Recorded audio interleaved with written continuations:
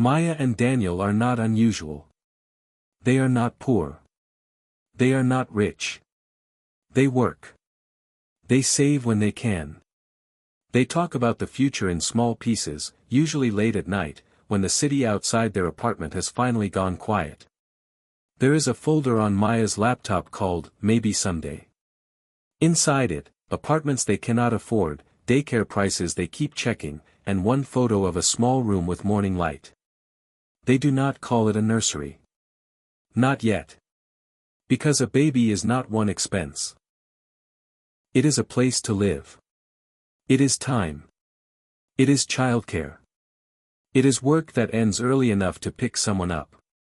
It is a kitchen, a bedroom, a doctor, a car seat, a sick day, a grandparent nearby, a month where nothing breaks. And for millions of people, the question is no longer simply, do I want a family? It is, can my life hold one? For a long time, the path into adulthood had a shape. Not an easy shape. Not a fair one for everyone. But a recognizable one. School. Work. A place of your own. Maybe marriage. Maybe a home. Maybe children. Today, that path still exists. But for many people, it feels narrower. For Maya and Daniel, the first wall is not philosophical. It is rent. Before a family can grow, it usually needs space. Not luxury. Just enough room to live without every decision feeling temporary. But in many high-income countries, housing has become the price of entry into adulthood. In the United States, home prices have risen far faster than incomes. The price-to-income ratio reached 5.0 in 2024, compared with an average of 3.2 in the 1990s. For renters, the pressure is just as visible. In 2023, about half of U.S. renter households were cost-burdened, spending more than 30% of income on rent and utilities. That changes the emotional math. A second bedroom is not just a second bedroom. It is a monthly number. A longer commute. A risk. A larger apartment becomes a conversation they postpone. A mortgage becomes a gate. And a child becomes not only a person they might love, but a life they have to build space for. Then comes the second wall, care. Maya once opens a spreadsheet after dinner. Daniel washes 2 plates in the sink. They do not argue. They just go quiet. The numbers are not dramatic on their own. A weekly fee. A waiting list. A deposit. A schedule. But together, they become a question neither of them knows how to answer. Who picks up the child if a meeting runs late? Who stays home if there is a fever? What happens if one income pauses? Across OECD countries, childcare costs vary widely. But the average gross fee for 2 young children in full-time center-based care is just under 26% of average earnings. Even after government support, the average net cost for a 2-earner couple is still just under 14% of average earnings. And numbers like that do not capture everything. They do not capture waitlists. They do not capture grandparents who live far away.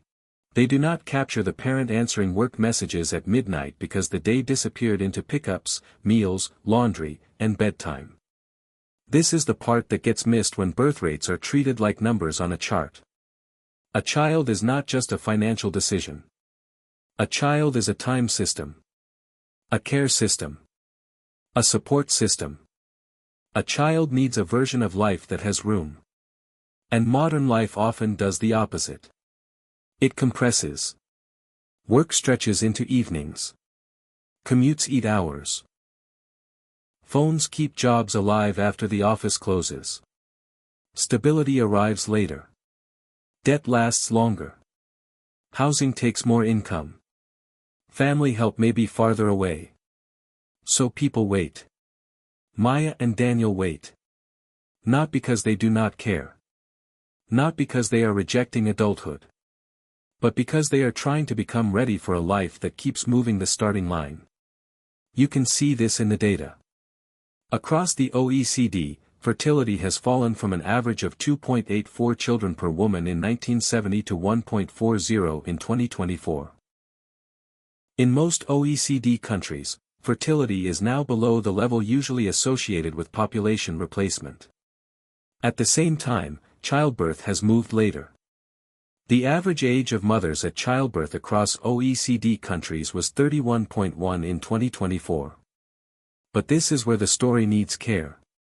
A delayed birth is not always a lost birth. Some people have children later. Some choose smaller families. Some choose no children, freely and happily. That matters. This story should not become a blame story. It is not about blaming young people. It is not about blaming women. It is not about saying every person should want the same life. The deeper question is quieter. What does it mean when even people who want family feel they need more money, more space, more time, more security, and more support before they can begin? What does it mean when family starts to feel like something you have to qualify for? Governments often respond to low birth rates with money. A bonus. A tax break. A subsidy. Those things can help. For Maya and Daniel, a little help would matter. But money alone cannot rebuild the feeling that life is stable enough to begin.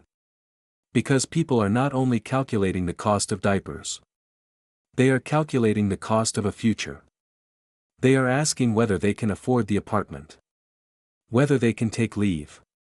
Whether childcare will exist. Whether one parent can get sick.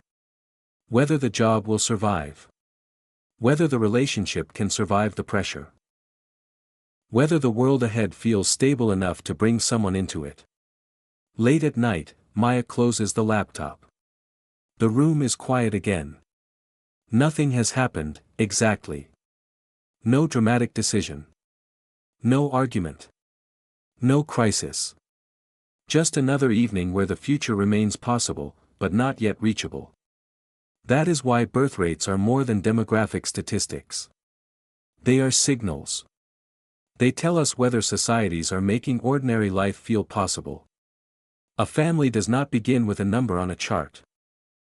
It begins with room. Room in a home. Room in a schedule. Room in a budget. Room in a community. Room in the imagination. And if that room disappears, the future does not disappear all at once. It becomes delayed. Then smaller. Then quieter. The question is not only whether people still want families. Many do. The question is whether modern life still leaves enough space for them.